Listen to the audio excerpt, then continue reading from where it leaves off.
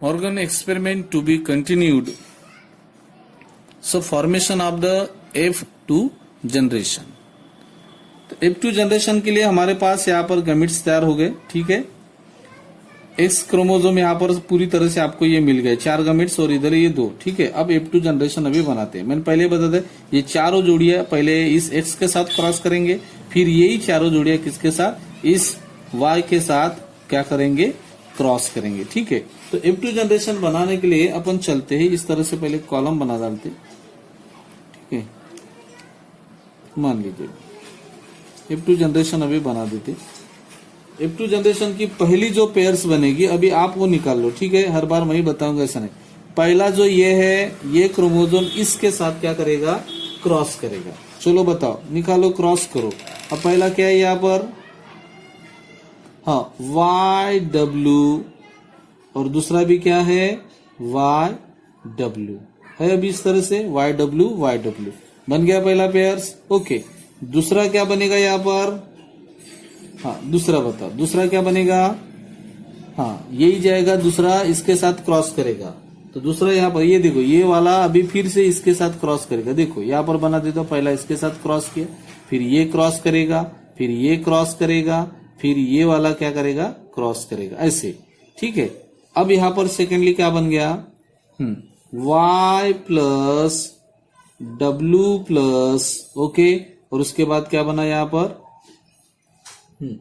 Y और W बना, ठीक है।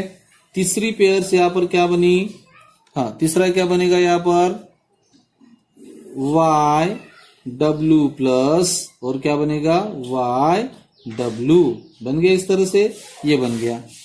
चौथा यहाँ पर क्या बनेगा, चौथा बिल्कुल सिंपल है, क्या बनेगा, Y प्लस, हाँ, W, देन, हाँ, Y प्लस W बन गया। अभी यहाँ पर ये बन गया फोर्थ वाला, ठीक है। अब इधर देखते हैं, अब ये वाला इन चारों के साथ क्या करेगा, क्रॉस करेगा, ठीक है। अब पहला इनके साथ क्रॉस करेगा, फिर ये दूसरा इसके साथ क्रॉस करेगा, फिर ये थर्ड इसके साथ क्रॉस करेगा, और फिर ये चौथा इसके साथ अगेन क्रॉस करेगा। तो पहला यहाँ पर बताओ मुझे क्या मिल गया अभी इधर, हाँ, पहली पेयर्स आपको मिलेगी, ठीक है। हाँ, ये इस तरह से रहेगा, YW, ओके। और नीचे क्या मिल गया आपको, इस तरह से Y मिल गया, हो गया क्लियर। पहली, दूसरी पेयर्स क्या मिलेगी आपको, हाँ, ये बताओ, Y प्लस W प्लस, और इधर क्या मिलेगा, Y मिलेगा, हो गया क्लियर। तीसरा क्या मिलेगा, हाँ, Y और W प्लस, और ये क्या होगा, Y, ओके। चौथा, बोलने में हो सकता है गड़बड़ी, यहाँ पर ये देखो, ये X है, X पे क्या है, Y प्लस W, और ये क्या है, Y।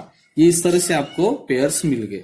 अब आपको देखना ये है कि यहाँ पर कितने पेयर्स और क्या क्या मिले, कौन रेसेसिव है, कौन डोमिनेंट है, ये देखना अभी जरूरी है। आपको पता है जो प्लस वाले हैं, प्लस वाले को अपन क्या कहते हैं, डोमिनेंट कहते हैं, और जिनके ऊपर किसी भी प्रकार का साइन नहीं है उनको अपन क्या कहते हैं, रेसेसिव कहा जाता है, ओके। और आपको फिर से एक बार बता दूं कि जो मॉर्गन्स है, मॉर्गन ने अपने एक्सपेरिमेंट में ज्यादातर की किसको तवज्जो दिया है, वो तवज्जो दिया है फीमेल को, जो पूरी तरह से रेसेसिव है, समझ में आ गया। और इस रेसेसिव के लिए उन्होंने सबसे ज्यादा इंपॉर्टेंस दिया है। उनका एक्सपेरिमेंट भी आपको पता है कहां पर क्या है, एक ड्रासोफिला मेलानोगास्टर करके एक फ्रूट फ्लाई है, इस फ्रूट फ्लाई के ऊपर उन्होंने अपना एक्सपेरिमेंट किया है।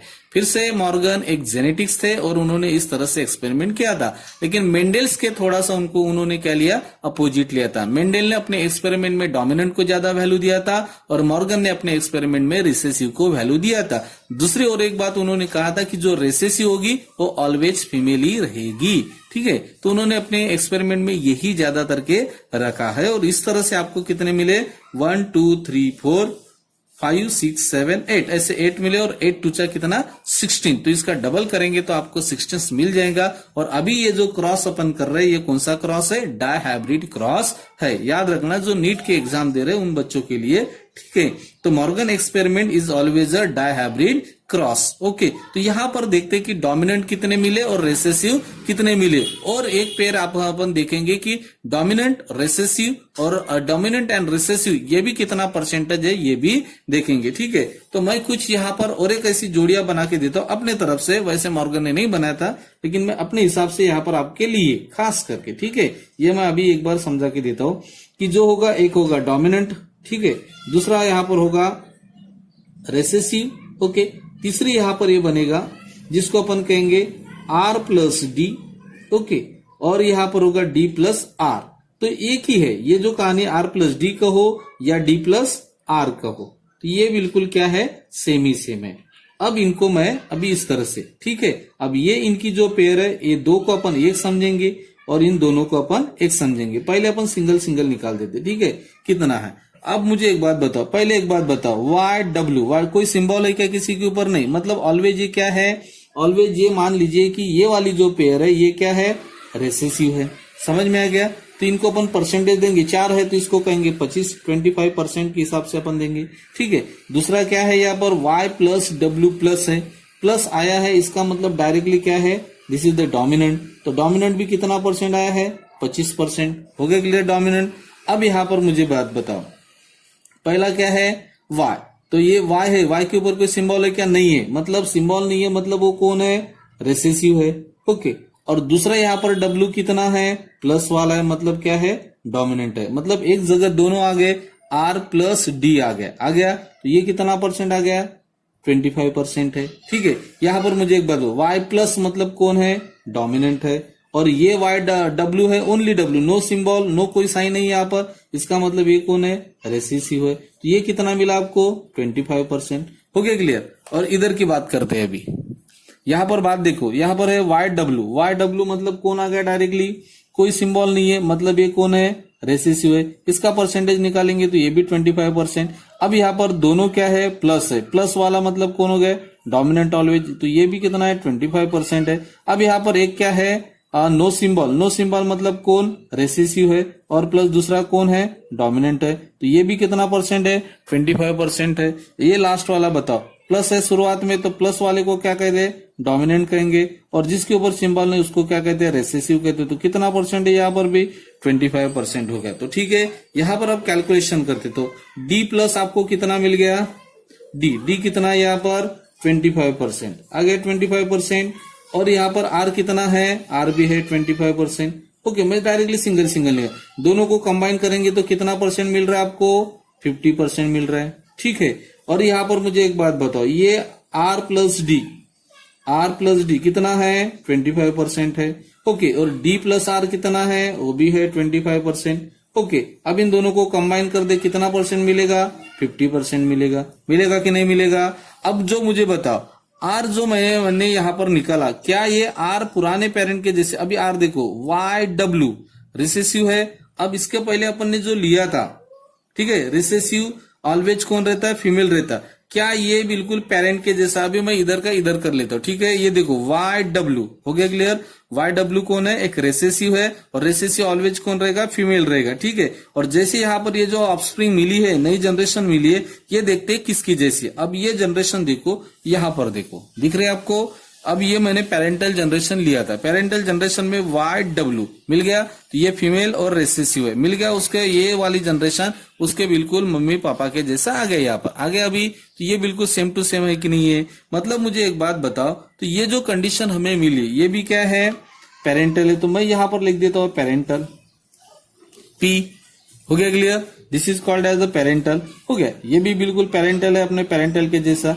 अब यहाँ पर भी देखो, Y प्लस डब्ल्यू प्लस मतलब डोमिनेंट, तो ये देखते हैं यहाँ पर, क्या ये अपन ने पेरेंट लिया था, ये Y प्लस डब्ल्यू प्लस है, हाँ बिल्कुल। तो ये भी क्या मिला है आपको, पेरेंटल मिला है। समझ में आ गया, पेरेंटल मिला।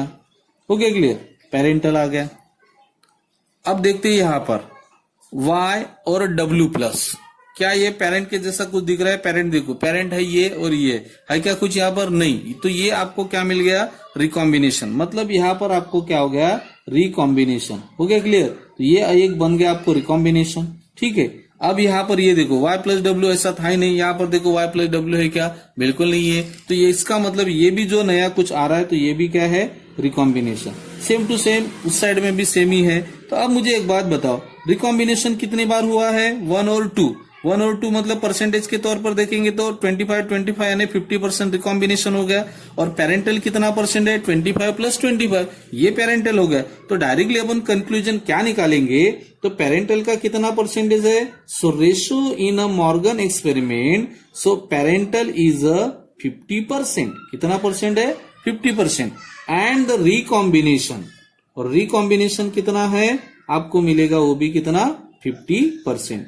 तो इसका मतलब डायरेक्टली आपके समझ में आ ही गया होगा कि क्या कहानी यहां पर बनती है।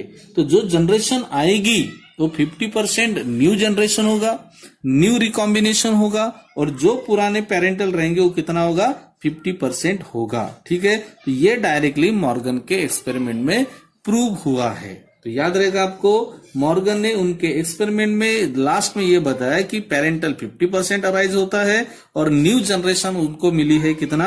50%। समझ में आ गया? तो ये सिंपल सा एक्सपेरिमेंट उन्होंने किया है मॉर्गन ने। ठीक है, तो मॉर्गन के बारे में टोटल एक्सपेरिमेंट मेरे ख्याल से आप सभी को अच्छे से समझ में आ गया होगा। अगर नहीं समझ में आ गया होगा तो मुझे व्हाट्सएप पे आप पूछ सकते हो कि और कोई प्रॉब्लम है। ठीक है, जनरली ये वाले जो एक्सपेरिमेंट होते हैं बेटा, ये एक्सपेरिमेंट स्कूल में या कॉलेज में ज्यादातर के टीचर लोग बिल्कुल भी नहीं पढ़ाते। ओके, अगर पढ़ाएंगे भी तो क्या करते हैं? फास्ट फास्ट पढ़ा देते हैं और मॉर्गन के बारे में बताते ही नहीं। और मॉर्गन के बारे में लोगों को ज्यादा जानकारी नहीं है। जो भी कोई बात करेगा जेनेटिक्स के बारे में, हर कोई किसके बारे में बात करता है? मेंडल का ही नाम चलता है। समझ में आ गया? मॉर्गन ने भी एक अच्छा एक्सपेरिमेंट किया है। उन्होंने एक्सपेरिमेंट भी अपना बताया कि 50% F2 जनरेशन में पेरेंट अराइज होते हैं और 50% जो जनरेशन होती है, न्यू जनरेशन ही क्या होती है? अराइज होती है। न्यू रिकॉम्बिनेशन, नया जनरेशन यहाँ पर होता है। तो हमेशा याद रखना, पहली और थर्ड जो जनरेशन यहाँ पर जो बनती है उनमें हमेशा आपको क्या दिखाई देता है? वेरिएशंस दिखाई देता है। तो ये भी एक एक्सपेरिमेंट मॉर्गन के द्वारा समझ में आ गया। ओके, तो ये इस तरह से क्या हो गया? न्यू जनरेशन यानी रिकॉम्बिनेशन हो जाता है। और रिकॉम्बिनेशन के लिए कौन जिम्मेदार है? रिकॉम्बिनेशन के लिए क्रॉसिंग ओवर ही क्या होता है? जिम्मेदार होता है। और क्रॉसिंग ओवर कहां पर होगा? जहां पर होमोलॉगस क्रोमोसोम होते वहां पर रिकॉम्बिनेशन होता है। ये मैंने आपको पहले ही बता दिया था। ठीक है, तो मेरे ख्याल से आप सभी को मॉर्गन एक्सपेरिमेंट समझ में आ गया होगा, ऐसा मैं समझ लेता हूँ। ठीक है।